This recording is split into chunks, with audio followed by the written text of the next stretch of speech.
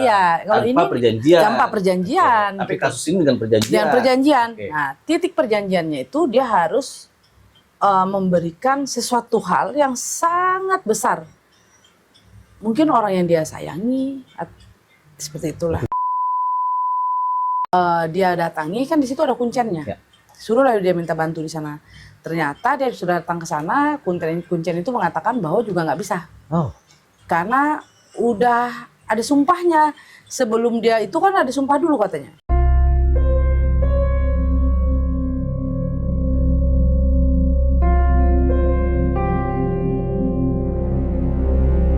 Oke, sahabat Nyai Dewi Rentian, sekarang kita ketemu lagi Nyai. Kita punya kesempatan buat konten lagi.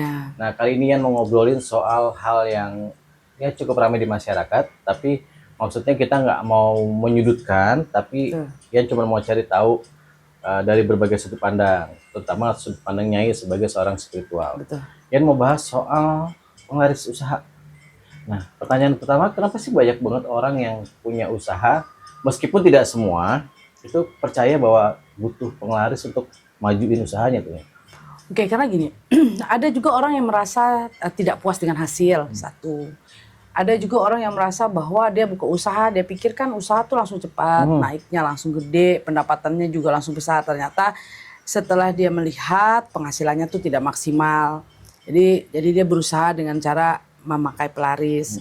Ada juga orang yang harus memakai pelaris. Kenapa dia harus memakai pelaris? Karena kadang-kadang usaha dia itu lagi bagus-bagusnya, lagi rame, ternyata ada orang yang memang mengerjakan usaha dia supaya usaha dia jadi sepi. Kadang-kadang tuh orang lagi rame nih, rame-rame, nggak taunya langsung drop turun ke bawah, kadang-kadang sampai tidak ada satupun pembeli. Ada orang yang memang buat namanya pelaris supaya usahanya naik kembali, kayak gitu sih. Nah, kalau dalam bahasa yang simple, penglaris itu kan kayak magnet ya, magnet, penarik orang supaya datang ke tempat kita lah gitu ya. Betul. Nah, itu ada perbedaan nggak Nyai? Kekuatan magnet-magnet yang dipasang itu macam-macam itu? Oke, dia banyak macam-macam ya pelaris itu. Ada pelaris yang standar, biasanya hanya dengan air, setelah itu dibacakan mantra atau doa. Setelah itu ada pelaris yang orang yang memakai dengan media, ada media hanya media batu pusaka atau orang pakai pusaka, ada orang yang pakai tapal kuda, ada orang yang macam-macam lah ya. Nah, ada juga pelaris yang memakai korbannya itu kayak binatang. Saya udah pikirnya udah aneh-aneh aja. Ya, ada pelaris yang pakai korban binatang seperti ayam cemani, ada yang pakai ada yang pakai babi, ada yang pakai kambing, ada yang pakai sapi. Tapi ada juga pelaris yang langat di paling atas. Itu biasanya pesugihan. Oke, orang memakai itu biasanya dengan mengorbankan dirinya atau mengorbankan orang lain. Saya merinding dengernya gitu kan, karena ternyata tingkatannya makin tinggi, yang bahasanya ditumbalkan punya ya, yang jadi bahan barter lah ya, bahan pertukarannya makin tinggi nilainya ya. Tapi hasilnya akan berubah misalnya dengan yang doa aja atau yang dengan pasti berbeda lah, pasti kan karena dia kan ada tingkatannya. Sedikit banyak dari tingkatan itu sampai ada orang mengorbankan nyawa seseorang, berarti kan hasilnya pasti luar biasa.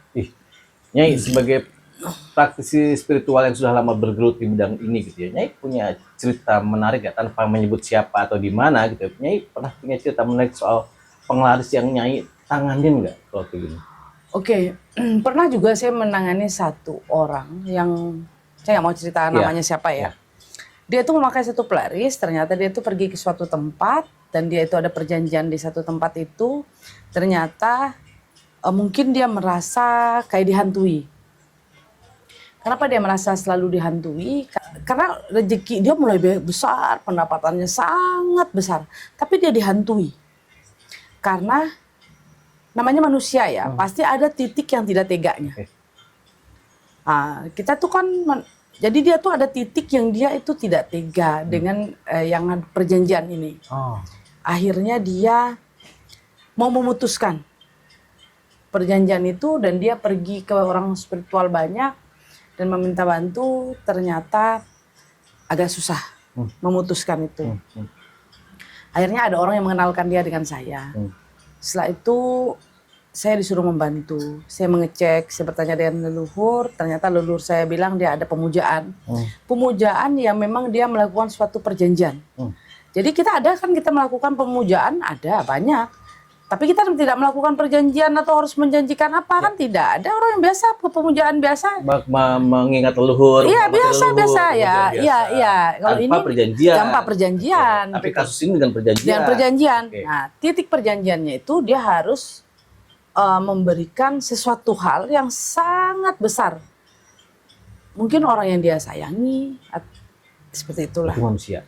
Iya dong. Nah, itu yang selalu menghantui dia, karena setiap dia lempar ke orang lain, hasilnya sih maksimal. Tapi orang yang dia selalu dimimpiin itu bahwa kalau dia itu melakukan suatu ritual yang dia janjikan itu, mungkin akan berlipat ganda. Nah, itu kan dia takut, jadi dia rasa takutnya tuh selalu kayak tidur nggak bisa, akhirnya dia kayak depresi.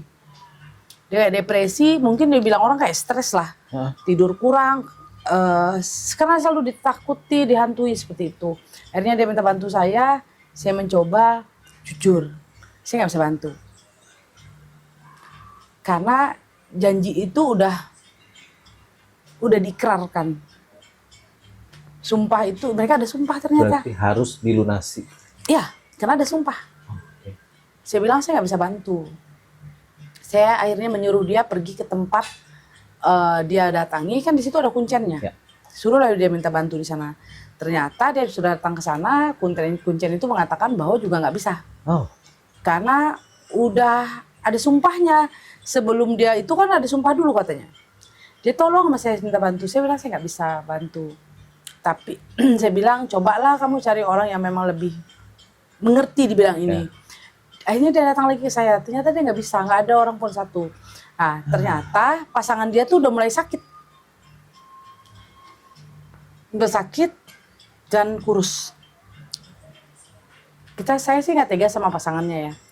Akhirnya saya mencoba memutuskan, tapi kita putuskan dari yang dijanjikan, tapi lempar ke dianya. Dibalikin ke. Oh iya dong, kan nggak ada tanggung jawab dong lo gitu ya. Ya karena kemana lagi kita harus melempar karena kan dia yang berjanji. Saya potong, berarti kalau itu tidak dikembalikan ke si orangnya, dia kan tembak ke sana kemari terus. Bukan, dia akan hantam orang yang dia janjikan. Oh iya, orang yang disayangi tadi itu. Iya, jadi ini udah mulai sakit. Duduk sebentar pingsan katanya gitu. Akhirnya dia minta, saya bilang kita nggak bisa. Kalau sama ini kan orang tidak bersalah. Nah bagaimana? Nah tapi dia berpikir, oh ya saya nggak apa-apa. Mungkin setelah itu kita coba membantu. Dengan begitu susah payah ya, saya ingat banget. Akhirnya itu bisa terlepas dari pasangan dia, tetapi ke dianya nggak bisa lepas. Saya sih mendengar dari kabar ada yang cerita, keluarganya ada yang cerita dan saya, ternyata dia sakit parah dan mungkin sudah nggak ada. Ya. Berarti saya tarik kesimpulan apabila seseorang sudah punya sumpah atau janji dengan yang diperjanjikan itu, dia akan menghantam orang yang disayangi. Itu bisa dihindari apabila ya udah balikin ke gue deh gitu ya. Harus berhentinya harus di dia. Makanya saya suka kasih tahu orang, kita boleh pakai pelaris, tapi kita juga harus mempertimbangkan kalau sampai kita mengorbankan nyawa seseorang, berarti itu kan risiko sangat besar. Kayak gitu. Jangan terlalu berambisi lah. Betul. Padahal kalau kita lihat dari sudut pandang yang lain, penglaris itu bisa dalam artian positif loh, Nyai. Maksudnya sedekah.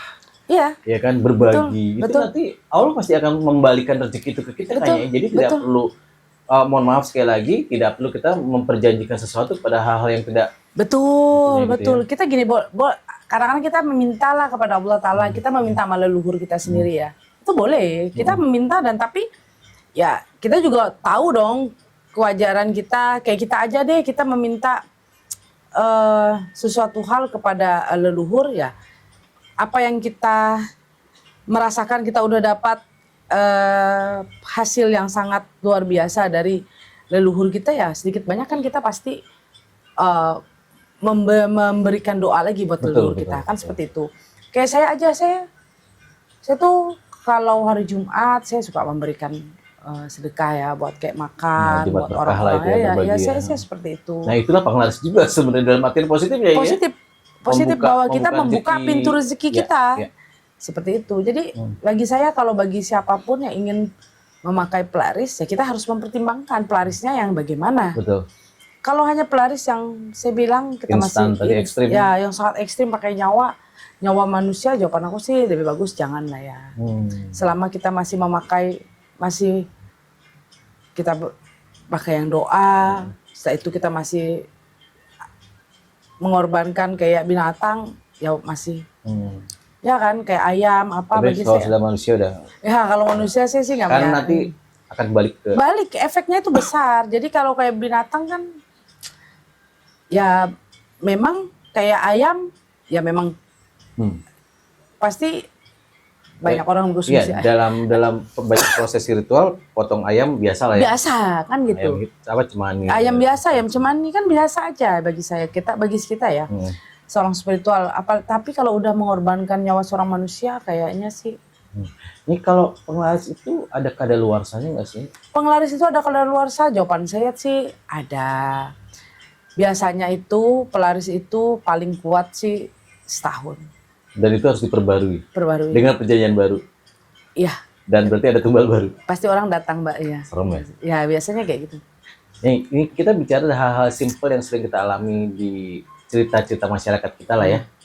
Datang ke satu warung makan di situ enak, pulang nggak enak. Atau tiba-tiba gue tadi ke dapurnya tuh, di kualinya gue ngeliat ini itu. Nah hal kayak gitu bagaimana Nyai bisa menjelaskan? Itu kan semua tergantung kayak makanan ya, rasa ya. Kalau rasa itu biasanya ada yang dipakaikan pelaris di dalam situ yang untuk menarik rasa kita, kenikmatan. Nah ada juga orang setelah itu orang tuh dapat kenikmatan, orang tuh pulang sampai ke rumah kan pasti mengingat. Ya. Kayaknya saya pengen deh ingat lagi makan di sana seperti itu. Kalau di dalam makanan ada yang dikasih air di dalam makanan itu. Nah itu biasanya yang bikin rasanya tuh jadi enak. Tapi kalau dibawa pulang nggak enak. Biasa aja. Kadang-kadang hambar rasanya nggak ada seperti itu. Nah setelah itu ada yang tadi Mas Ian bilang apa? Yang misalnya pergi ke belakang tiba-tiba kayak ada yang di pancinya tuh ada orang netes-netes banyak banget cerita kayak gitu tuh. Kalau yang kayak gitu tuh biasanya mereka itu memakai pelaris yang sudah tingkatnya di atas. Ekstrim lah ya itu ya. Ya. Tapi kalau yang saya bilang tadi kayak pelaris yang dimasukkan ke dalam makanan itu masih pelaris yang di bawah. Saya juga ngeliatnya gini ya, sebenarnya penglaris itu tidak harus berupa hal-hal mistik. Kita datang ke tempat yang enak, nyaman, musik bagus, suasana tenang, itu juga kita pasti balik lagi. Balik kan? Betul. Iya kan? Benar, gini loh, tidak semua hal yang kita harus pakaikan pelaris, benar nggak? Tapi hampir banyak orang yang selisih itu pelaris, hampir semua banyak orang. Karena yang saya juga pegang ya banyak itu yang mereka sebenarnya pelaris itu oke. Gini loh Mas Yan, pelaris itu banyak orang yang berpikir bahwa pelaris itu menghancurkan usaha orang lain. Ya. Menghasilkan pesaingnya. Benar nggak sih? Tapi ada pelaris itu yang hanya untuk menarik rezeki orang yang punya. Oke. Tapi ada juga pelaris ini yang dilempar buat semua orang. Oke. Jadi maksudnya jadi dia narik semua punya orang untuk ke tempat dia. Tapi ada pelaris yang hanya punya dia aja. Mau tetangganya jual bakso, mau tetangganya jual es, mau jual apa, dianya cuma jual soto rame. Ya soto itu aja rame gitu ya. Iya soto, tapi kan efek di sebelah juga masih dapat. Masih dapat. Beli minum, beli bakso. Iya, pasti. Tapi ada juga pelaris yang memang menarik buat semua. Jadi es pun nggak ada, bakso apapun di kiri kanan juga nggak akan ada yang beli. Nah itu biasanya pelaris yang tingkatnya udah.